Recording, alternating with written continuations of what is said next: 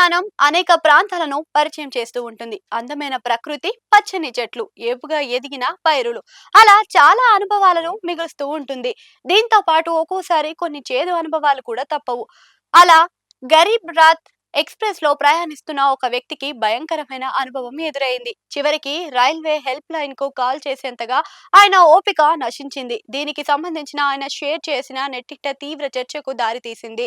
తన ప్రయాణానికి live reality షోగా మార్చేశారని అభివర్ణిస్తూ ఒక వీడియోను షేర్ చేశారు. ఇంతకీ ఏం జరిగిందంటే, మన్మోహన్ వర్మ అనే ప్రయాణికుడు చేసిన వివరాల ప్రకారం ఇటీవల ఆయన గరీబ్ రాత్ ఎక్స్‌ప్రెస్ లో బిలాస్‌పూర్ నుండి లక్నోకి ఈయన ప్రయాణిస్తున్న బోగీలోని 20 నుండి 30 మంది సభ్యులు గల ఒక కుటుంబం కూడా చేరింది. రైలు ఎక్కిందే మొదలు ఒకటే గోల. బోగీలో మొత్తం అరుపులు, కేకలు, పాటలతో రీల్ స్టూడియోగా మార్చేయింది. కోచ్ లోపల డాన్స్ చేస్తూ రీల్స్ తో రచ్చరచ్చ చేశారు.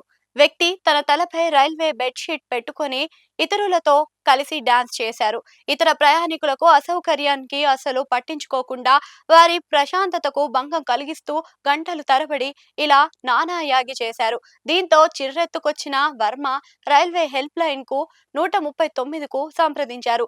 దీంతో రైల్వే పోలీసులు ఫిర్యాదుపై స్పందించి కోచ్ లోకి ప్రవేశించి పరిస్థితిని అదుపులోకి తెచ్చారు. రైల్వే కోచ్ అనేది పబ్లిక్ ప్లేస్, మన సొంత స్థలం కాదు. కానీ దురదృష్టవశాత్తు కొంతమంది ప్రయాణికుల్లో కనీస సివిక్ సెన్స్ లేకుండా పోతుంది అంటూ వర్మ ఆవేదన వ్యక్తం చేశారు. రైల్వే కోచ్ ఒక ప్రైవేట్ లివింగ్ రూమ్ కాదు, రీల్ మేకింగ్ సెట్ అంతకన్నా కాదన్న. పెద్దగా శబ్దాలు చేయకుండా కనీస మర్యాదతో మెలగాలి. తోటి ప్రయాణికులతో గౌరవించాలి. వారిని ఎలాంటి అసౌకర్యం కలగకుండా చూసుకోవాలి. అప్పుడు మాత్రమే ప్రయాణం ఆనందంగా ఉంటుంది అంటూ తన పోస్ట్ లో చెప్పారు. నెటిజన్లు కూడా స్పందించి తన అభిప్రాయాలను పంచుకున్నారు. రైల్లో పుట్టినరోజులు జరుపుకోవడం, బిగ్గరగా ఆడి పాడటం లాంటివి భయంకరమైన అనుభవం తనకు కూడా ఎదురయ్యింది అని ఒక యూజర్ పేర్కొన్నారు. ఇలాంటి అనుభవాలు రైల్లో ప్రయాణించే వారికి చాలా ఎదురవుతూ ఉంటాయి.